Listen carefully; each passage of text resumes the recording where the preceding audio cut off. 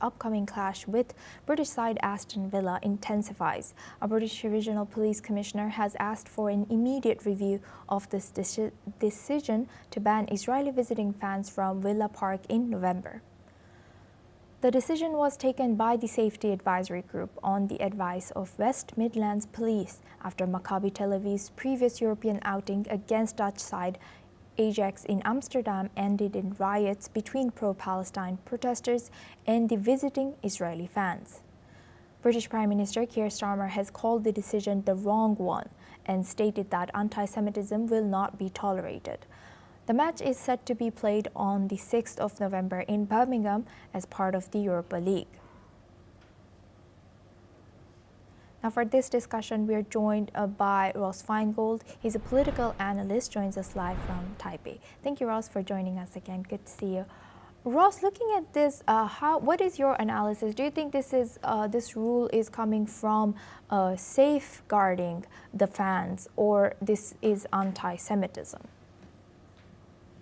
We don't really know all the details yet. I'm sure they'll eventually leak out about what really was ultimately the basis for this somewhat strange decision. Are they afraid that fans from Maccabi Tel Aviv are going to be attacked by protesters? Are they afraid that the fans from Maccabi Tel Aviv are going to do something violent? It's just unclear, but ultimately it's just nonsensical because there's no reason to believe that the police cannot control the crowd. In fact, the police, the local police have reiterated in the past few hours that they have a successful history of crowd control at football matches as well as other large public events. So this may have been somebody's idea of protecting the fans from Israel, but it seems somewhat nonsensical, and obviously this has backfired politically. I mean, this is being nearly universally condemned by politicians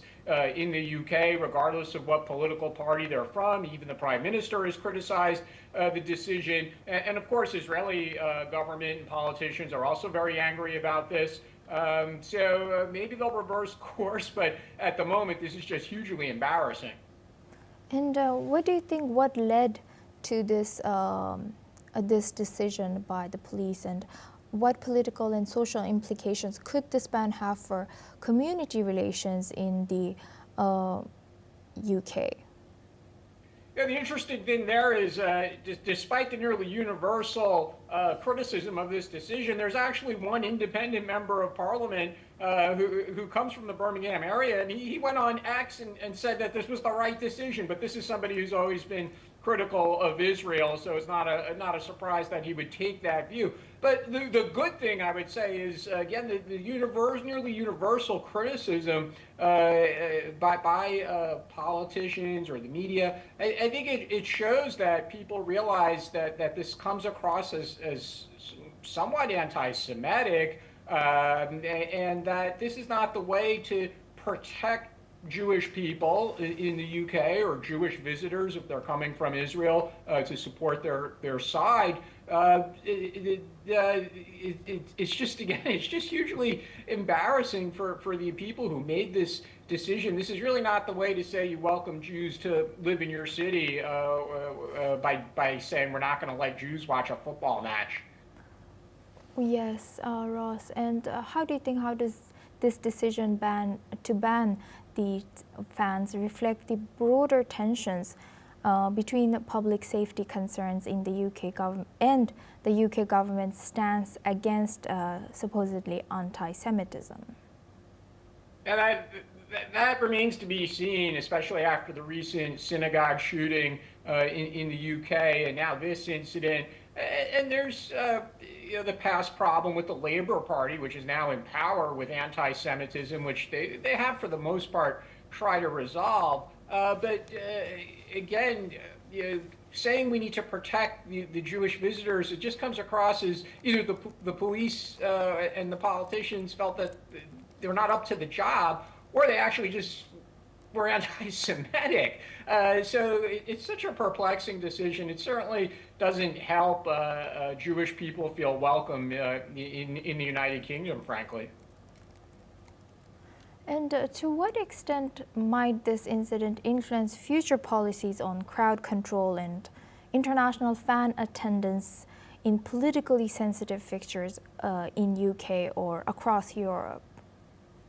I would say we have to watch this space because there will be more matches involving football teams from Israel playing in Europe, and we'll have to see what happens with other countries and how they react, especially after this incident.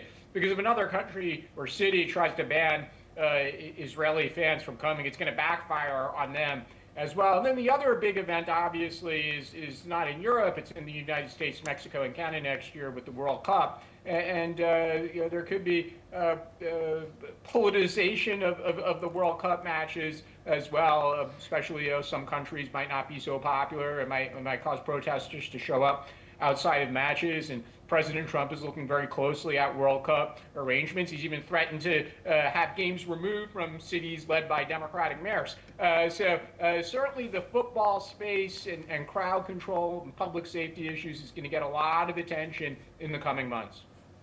And again, lastly, how does this decision to ban fans based on nationality or political tensions raise broader concerns about democratic values of UK?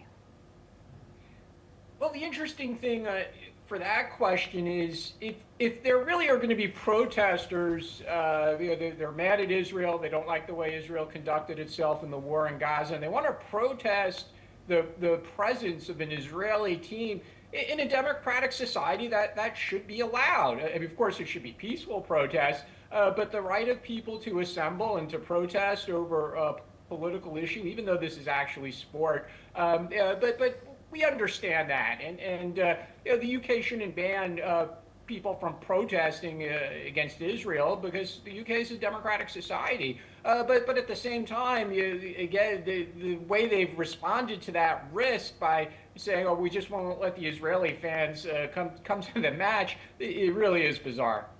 Yes, indeed. Thank you very much, Ross, for joining us and sharing that insight as a political analyst from Taipei.